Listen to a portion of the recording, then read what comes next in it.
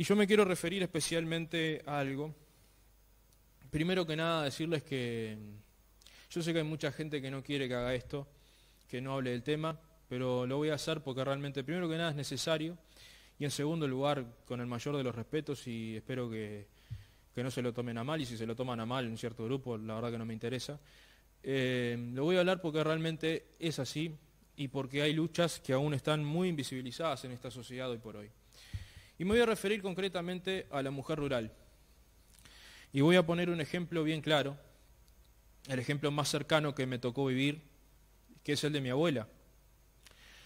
Mi abuela, que hoy tendría 100 años, si estuviera viva tendría 100 años, una mujer rural que crió a 11 hijos y a un nieto, que lo crió como su hijo. Estamos hablando un total de 12 hijos. Una mujer rural que además fue empleada doméstica, que fue una trabajadora doméstica, sabiendo todos los defectos que tiene el sector en el sentido de la precarización laboral sufrida durante tantos años y que ha obtenido un montón de derechos en los últimos tiempos, pero que aún así sufre y padece aún de la opresión, de la desigualdad y por sobre todas las cosas de la invisibilización de la sociedad. El rol de la mujer rural y el de la trabajadora doméstica sigue siendo omitido por gran parte de la sociedad, incluso por esa expresión citadina, frecuentemente universitaria y terciaria, excesivamente, ha también dejado un manto de burguesía en la lucha. Yo no creo en ninguna lucha que no tenga conciencia de clase. Discúlpenme que a lo mejor muchos se van a tomar a prejuicio esta idea que yo tengo, o mi perspectiva de lucha, pero no concibo ningún tipo de rol en la vida sin tener conciencia de clase. ¿Saben por qué? Porque justamente ese tipo de luchas son los que implican empezar a quebrar brechas en nuestra sociedad.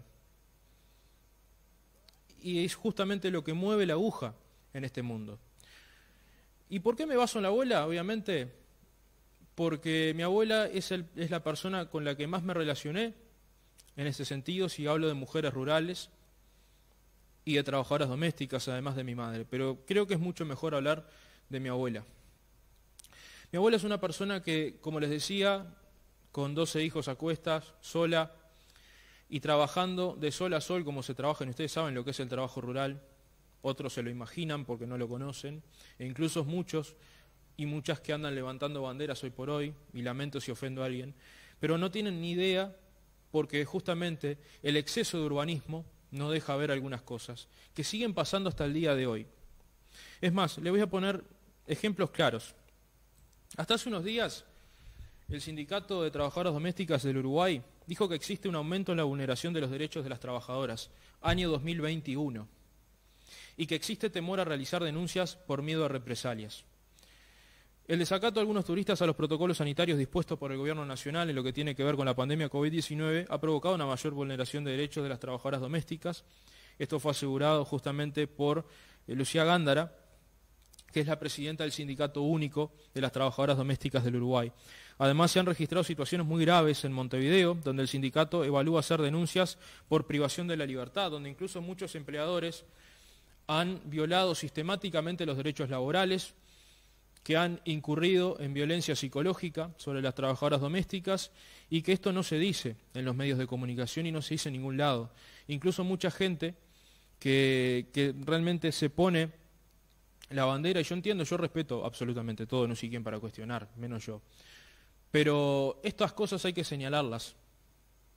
Hoy estoy hablando de una persona que tendría 100 años si viviera, pero hay gente que está en este sector, que tiene la mitad de la edad de mi abuela, o que tiene menos incluso, y sigue padeciendo las mismas cosas, que sigue sufriendo la misma violencia a la que tanto nos referimos a diario, y que tanto se habla en los medios de comunicación, y que tanto se habla en todos lados, pero esto es un simbolismo de lo que tiene que ver con nuestra realidad laboral y con nuestra realidad social, primero que nada.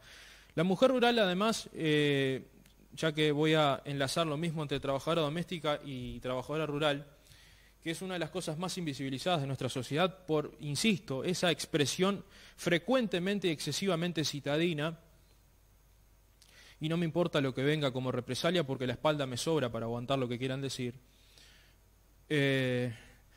sigue siendo tan invisibilizado que cuando se habla de la figura mujer rural, ponen por lo general a una productora rural o a una emprendedora rural y no a la trabajadora realmente, que sufre incluso el ser una persona absolutamente desplazada en todo sentido, que es olvidada incluso en la atención médica, en las necesidades básicas del ser humano, y que aún hoy no se contemplan en la teoría tantas de sus reivindicaciones y tantas de sus necesidades, que no son tan teóricas ni tienen maravillas en la ciencia, son necesidades básicas del ser humano, que incluso no tendríamos ni que fijarnos en la Declaración Universal de los Derechos Humanos, y solamente tendríamos que basarnos en el origen de esto allá en 1909. Entonces, o incluso en 1857 también, si queremos repasar un poco la historia. Pero siguen siendo invisibilizadas, sigue habiendo omisión, que es lo peor de todo. La omisión y la indiferencia es parte del lenguaje violento que existe en nuestra sociedad, de esa construcción que se hace. ¿Y saben también por qué lo hago? Porque hay muchas mujeres del medio rural que todavía siguen esperando que se les dé el lugar. Hace muy poco se ha aprobado, por ejemplo, un plan para mujeres rurales a través del Ministerio de Ganadería, el Ministerio de Desarrollo Social, el Instituto Nacional de la Mujer, pero siguen habiendo brechas enormes en los salarios y les hablaba primero de esto, de este asunto, de lo que es la parte salarial, pero por sobre todas las cosas la violencia psicológica, que se ejerce en el plano rural y también en el urbano, porque hablo de las trabajadoras domésticas, esas de las que aún se siguen olvidando. ¿Y saben qué es lo peor? Que muchas personas hablan de teorías y baten y ponen sus avatares revolucionarios en las redes sociales, inundan las redes sociales con sus mensajes hermosos y conmovedores y llenos de empatía, pero lo hacen con una tacita de té, con todo servido. A ver, María, ¿me trae la taza, por favor? Allí se termina y se cae absolutamente todo. Se cae absolutamente todo. Yo sé que molesta que lo diga yo, pero ¿saben qué? Me encanta molestarlos, porque en definitiva también el periodismo se trata de eso, de molestar, de incomodar. Y este programa, como rompe reglas permanentemente, está hecho para eso también. ¿Por qué no romper una regla hoy? ¿Por qué no hacerlo? Yo sé que no es el día que hay que hacerlo de repente, que yo lo tenga que hacer. Soy el menos indicado, no lo voy a hacer, obviamente yo. Pero sí tengo que decir lo que está pasando en muchos sectores, que murió gente hace mucho tiempo sin derechos reconocidos. Les hablaba de 100 años esta señora, con 12 hijos a cuestas, sola, y que además bancaba, aguantaba y aguantaba, iba al frente, y me enseñó a mí, y sé que a toda su familia, de que a los poderosos hay que combatirlos, pero no caprichosamente, combatirlos con los argumentos que están, como les decía recién. Esa es la realidad. Y yo cuando les hablo de lucha de clases no les estoy queriendo inculcar marxismo, ni les estoy hablando justamente de las reivindicaciones de Marx o de Engels. No, simplemente les hablo un poco de conciencia, nada más. Después si ustedes votan al partido que quieran, o se consideran de derecha o de izquierda, es un tema de ustedes, o si son anarquistas. Cada uno tiene la elección. Por suerte vivimos en un país libre, por suerte. Pero en definitiva esto es parte de una reivindicación universal que no se puede ignorar, de ninguna manera. Y lo hago porque aquí no hay un micrófono donde esté sentada alguna de estas personas que digo.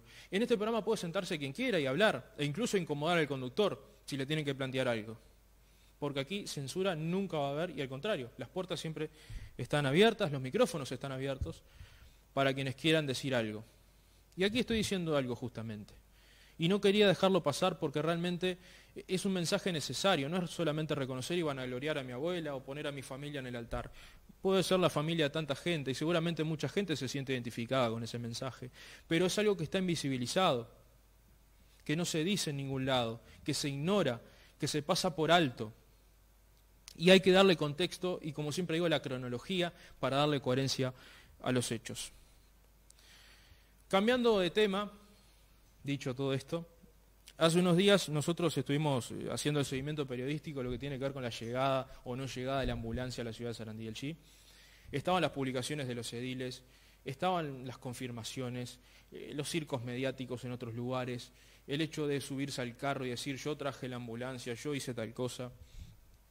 y adjudicarse justamente la autoría de esa gestión, la cual ya hemos dicho absolutamente todo. Lo que quedó claro el viernes, cuando hablamos con el alcalde de Sarandí del G, Carlos Lugarriaga, es que no hay ninguna confirmación al respecto, y lo mismo dijo el director del hospital de Sarandí del G, el doctor Sebastián Olaverri, de que tampoco hay una confirmación.